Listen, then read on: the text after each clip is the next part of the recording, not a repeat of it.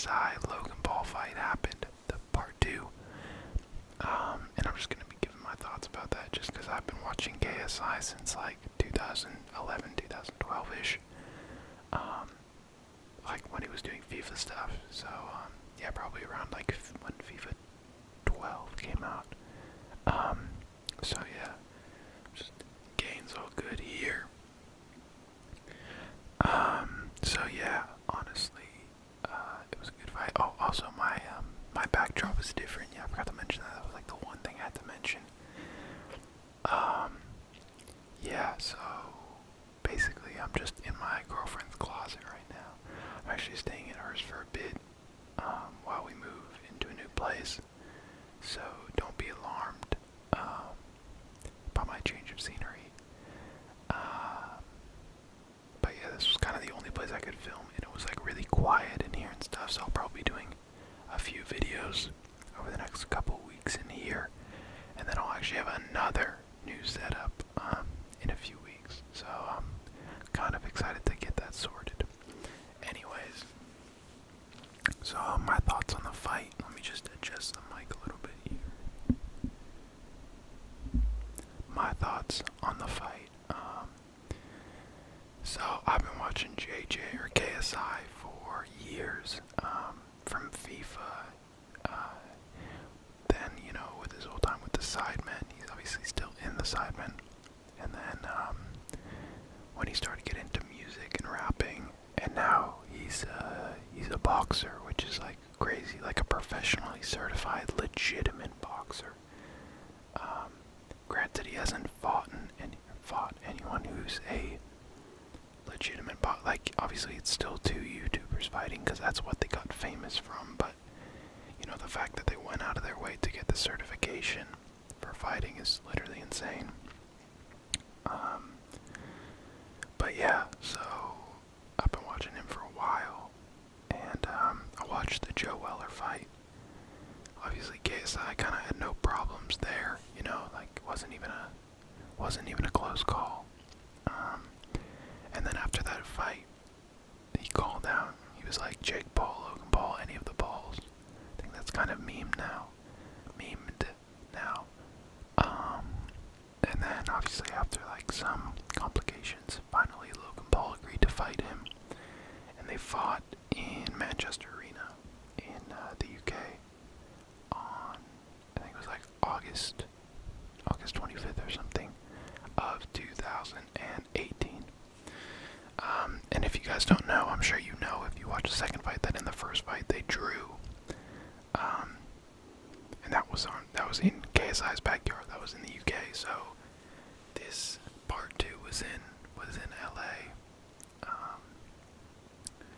So KSI was traveling to Logan's backyard, and this fight was like 14 months after the first one. And obviously JJ went on tour and everything, like for music. I think Logan was pretty strictly just training, which is kind of even crazier because, like, obviously I'll say that till the end if you guys haven't seen the fight, So yeah, so I was, obviously gonna watch the fight, but the bad thing is, right, so the first one was in London, and the thing with time zones is that it was 10 p.m. in London, and I think that means 1 or 2 p.m. in LA. But obviously if you're doing it 10 p.m. LA, then that was like 5 in the morning for anyone in Europe. I mean, like, so I didn't even stay up to watch it. I had work the next, or I didn't have work. I was just like honestly so tired. Like I just needed my sleep. So I put my phone on like do not disturb mode. Make sure I got no notifications or anything. And then I just woke up and watched it because why not? But yeah, so I watched it. I watched all the fights before it. Like before we get into that, all the fights before it, I cannot lie, were kind of trash. Like no knockouts. It was just really kind of like boring. Especially like the 12-round fights. Like there wasn't really anything interesting. I mean, like, I don't know. Maybe they should have put like more YouTubers on the undercard.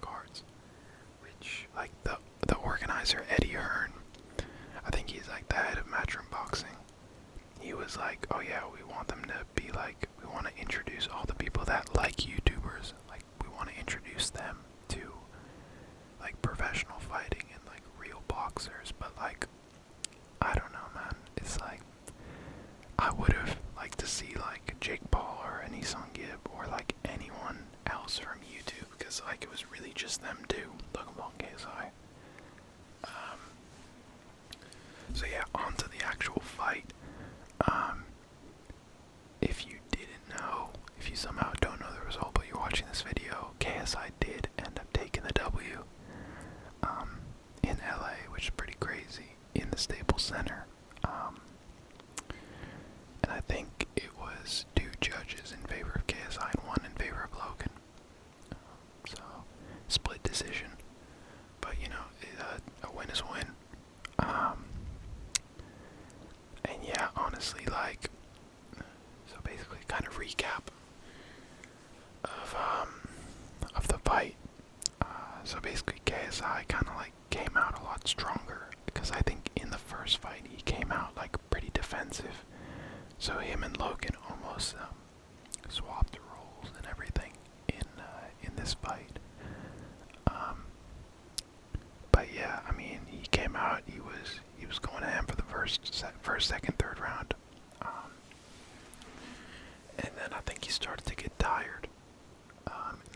But in that third round as well, he also knocked Logan down, which didn't count as a knockdown. But I think when you relook at it on tape, it did look like a pretty legitimate knockdown. But obviously, you know, when you're in, you know, when you're reffing the match and everything, or reffing the boxing match, like, I guess you can't really see like everything that goes on, you know, not every little detail. But yeah. So yeah, he took rounds 1, 2, and 3, or KSI came out strong, and then Logan kind of turned on the gears, because I think he saw JJ was getting tired. JJ is KSI, by the way, if you guys didn't know that. That's what he goes by. So yeah, then Logan kind of turned on the jets a little bit, you know, put up the pressure, and then there was an illegal knockdown, which was very illegal for a lot of reasons. One, the beginning of the way that Logan Paul got KSI knocked down was that he did a really nice uppercut, and it was a really nice uppercut, but he basically used his left hand to uppercut him like this, but he was also using his right hand to like push his head down into the uppercut, which is illegal. You're not allowed to like push people's head down with the glove. You're not allowed to touch the back of their head in boxing. And then once KSI was going down from being like hit with the uppercut, Logan hit him like once in the head, and then once he was down on the floor, then he hit him again in the head. So yeah, the ref ended up taking like 2 points, a 2-point penalty from Logan, which I don't know if that would have had effect. Like, if that didn't happen, I don't know if that would have changed the outcome of the fight, potentially. But yeah, so that was round 4. And then I think round 5, Logan took that pretty comfortably. I think JJ was kind of rocked a little bit by the punches in the back of the head. To me, it doesn't sound that intense, obviously, because like in boxing, it seems like it would just hurt as much in the front of the head as it would for the back of the head. But I was like listening to some boxing commentator stuff, and apparently like you can get pretty easily concussed if you get punched in the back of the head, especially because they had 10-ounce gloves, no head guards, as everyone was talking about for like the weeks coming up to the fight. But yeah, like, so yeah, that was round 5. JJ kind of stopped. Maybe his coach told him, or maybe his trainer told him to like, you know, take a round off, just kind of recuperate. And then round 6, you know, KSI and Logan, they were just going at it. You know, it was like all of the months of, you know, like talking trash and stuff like just accumulated into that round. Like, they were just going for it because they were like, this is gonna be the last chance to knock the other person out. And no one did end up getting the knockout, but everyone was saying like, oh, this is gonna go 6 rounds. Someone's gonna get knocked out clean. Logan was like first round knockout. KSI was like, oh yeah, I'll knock him out in the 4th round, and no one got knocked out. So everyone just lied about that. But yeah, and then it went to the final decision, and it was split decision for JJ. I don't know if I can say I'm surprised about it after watching it, because, I was going for KSI. I can't really stand Logan Paul or Jake Paul or any of the Pauls. Little meme there. So I was going for JJ, and I feel like when you watch the fight, you want your person to win, but you're also like at the end of the fight, I was like, oh, there's like, oh, he's probably gonna lose. You just kind of have that like self-doubt in whoever you're rooting for. So especially because the first judge score that they revealed was like for Logan Paul. It was like 57-56 for Logan Paul. So I was like, oh, it's over. Like, Logan's gonna win. But he didn't, And I think watching some of the fight highlights back, JJ definitely deserved to win it. He controlled the ring. He didn't have a very traditional, like, technical way of boxing. Like, his punches weren't straight. There was some like crazy, I don't know why I'm doing the punches. I don't box, but there were some crazy like haymaker punches that he threw that didn't really land particularly clean. But they do damage, and he was doing a lot of like little jabs the whole time. And I think a lot of people that don't watch boxing probably think that those don't do much, but from what I know, every time you jab your opponent, you're doing a tiny bit of damage to their body, and you're also making it so that they can't figure out what they want to do. You're distracting them, you're getting in their head. Every time they're gonna plan something, you just punch them in the chest, and they have to defend that. So it's I think he went into it, he knew what he was gonna do, and he did it, he executed. And I think he proved a lot of people wrong. Logan Paul, he's the taller guy. He's more muscular, he's heavier, he's the athletic one of the two, the more athletic one of the two. He's got that athletic background. But JJ really came in and like held his own. Like, you can't even hate on him, I got obviously nothing for respect, but nothing but respect for him. Sorry, I don't know why I forgot how to speak for a second. But yeah, so I was very happy with the result. Obviously, like, I gotta respect Logan too, because he did it. He like went into the ring, 10 ounce gloves, no head guards. Did all the training as well. He just didn't end up coming out with the W, and sometimes you gotta take the L. And yeah, I mean, like,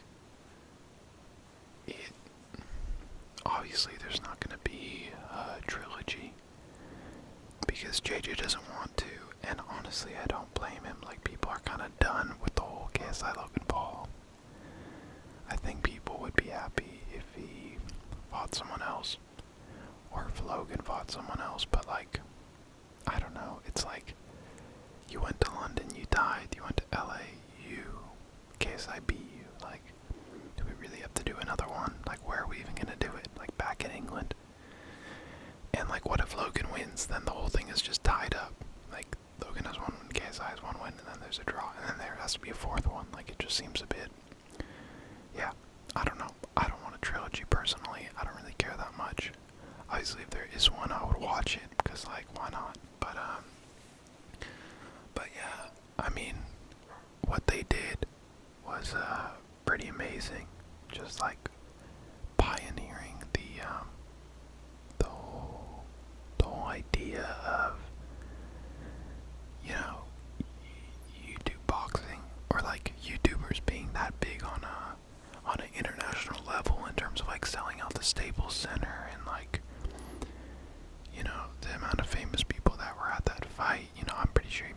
neighbor was there or whatever. Like, it's crazy that, like, you know, they're not just YouTubers anymore, and I think they're really gonna start that wave of YouTubers being able to make it into those mainstream media platforms, which is dope, you know, like, cheers to them for doing that, you know, props to them. But yeah, guys, those were kind of just my thoughts on the KSI Logan Paul fight. I think, you know, I think there's going to be a lot of controversy around it, just around, like, Logan's illegal things and how and if those should have been penalized. But personally, I think the ref made the right choice, and maybe I'm biased because I'm a KSI fan, but you know, I think he made the right choice. I think there shouldn't be a trilogy, and you know, congrats to KSI.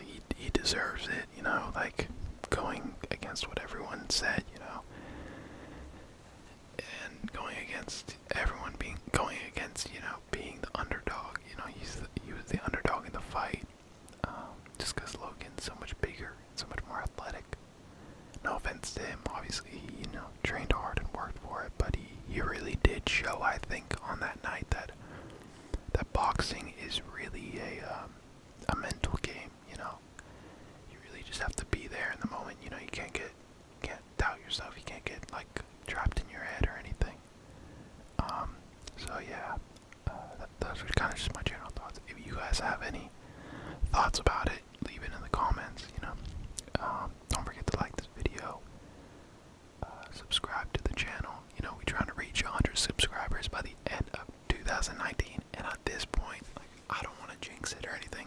I'm gonna knock on wood, but I think we could reach 100 subscribers. Yeah, I can speak. We could reach 100 subscribers by the end of November, because I'm at 67 subscribers, and it is, what day is it? November 11th. So maybe not, you know. Obviously the original goal was by the end of 2019, but you know, if we do reach it by the end of November, that'd be amazing. Like, so yeah, guys, don't forget to subscribe, like, comment, give me some suggestions for videos. Your suggestions have been awesome, and I'm planning on doing some of them in the next coming videos. I just wanted to come on and talk about the fight because I watched it